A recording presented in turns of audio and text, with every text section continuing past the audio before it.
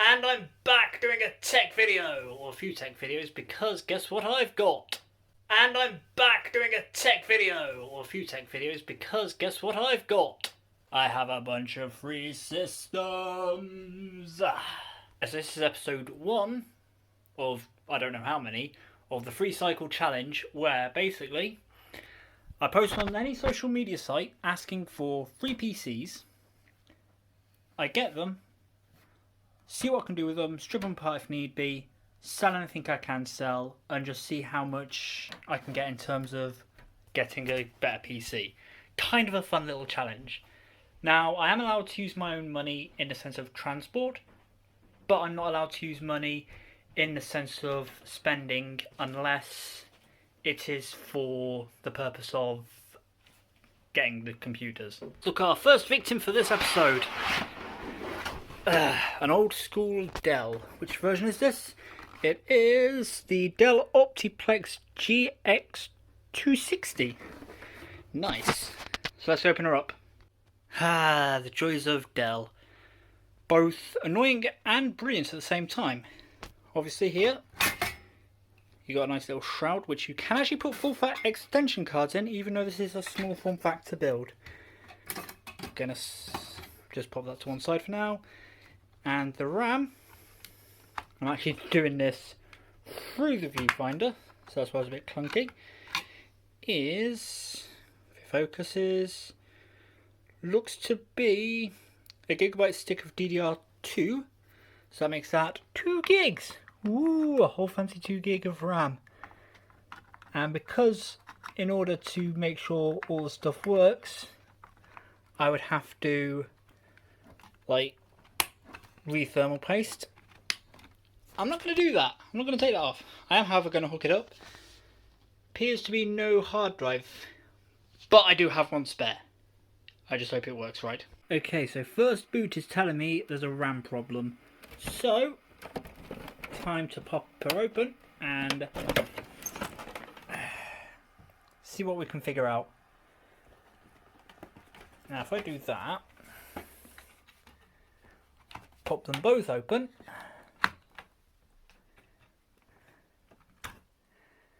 and let's just place them there for now. See if the code changes, shall we?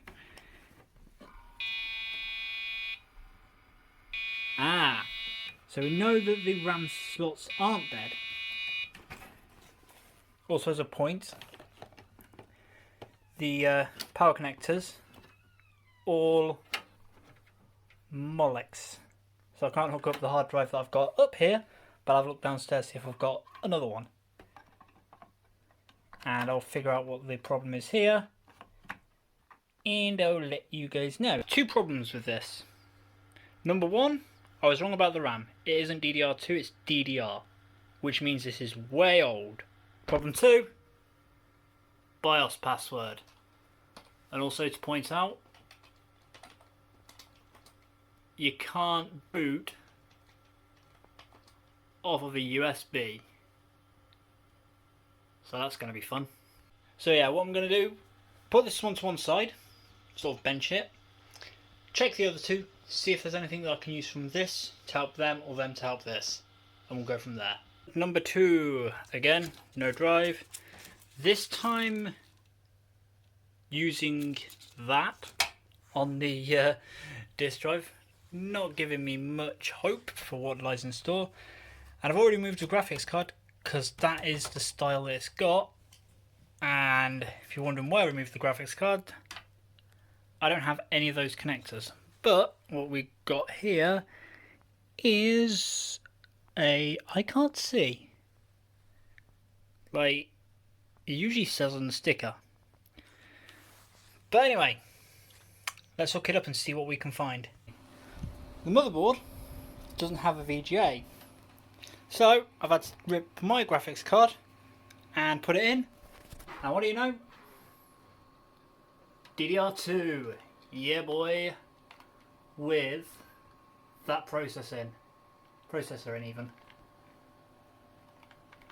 So I'm going to give it a reboot, whack this in, see what we can find. After messing around with BIOS settings, managed to get USB working and loading up Linux Mint. So let's grab a mouse and see what this has got. You can see there. Whoop whoop. Intel Pentium. And let's have a look. See what comes up. Dude. Oh my god, it's scrolling a bit slow.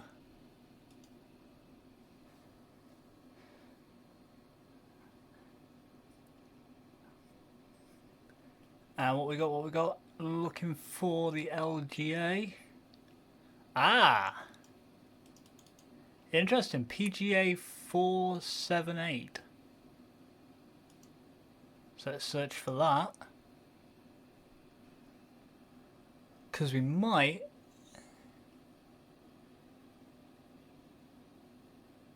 Oh, that's interesting. So the CPU isn't the best, but as you can see it runs Linux Mint, so I can whack a cheap ass 250 gig SSD in there if I've got a spare one that'll work in here, or get a cheap hard drive, whack it in, set it on. Now on to the third and final one. Let's have a look. Ugh. Now this one does look more promising because I already opened this up, by the way.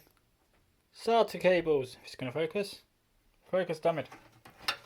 But also, if I could turn on the flashlight, I'll be able to show you. But there it is. DDR2 RAM. So we've got a potential of 4 gig of collective DDR2 RAM. Because those minimum 1, maximum 2.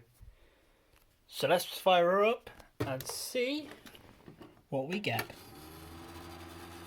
Ooh, that is very loud. And it looks like my monitor's turned itself off. Fix that.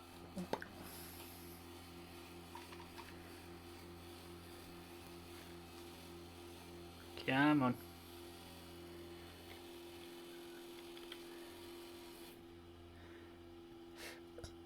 Okay.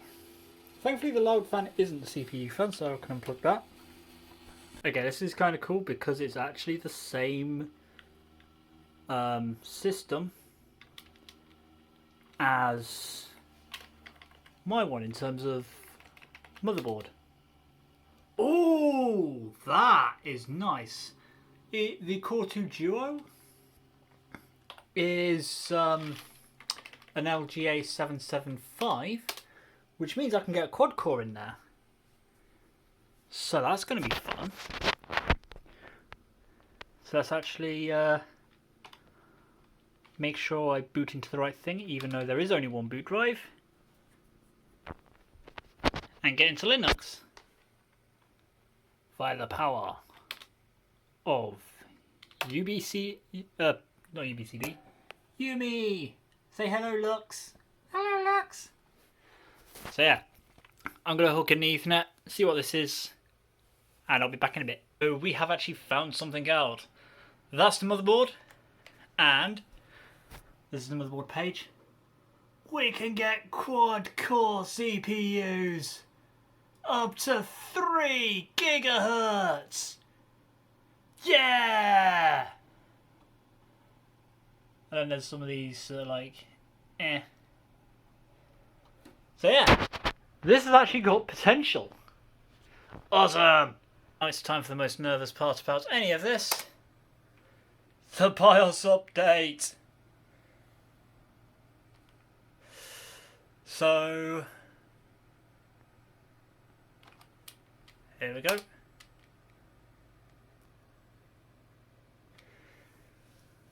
Make sure that your computer cannot turn off when you're doing this, because if it does, your system's bricked.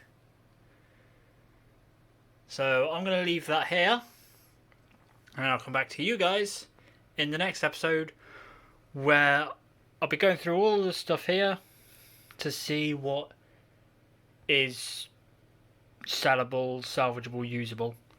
So yeah, until the next time, bye bye.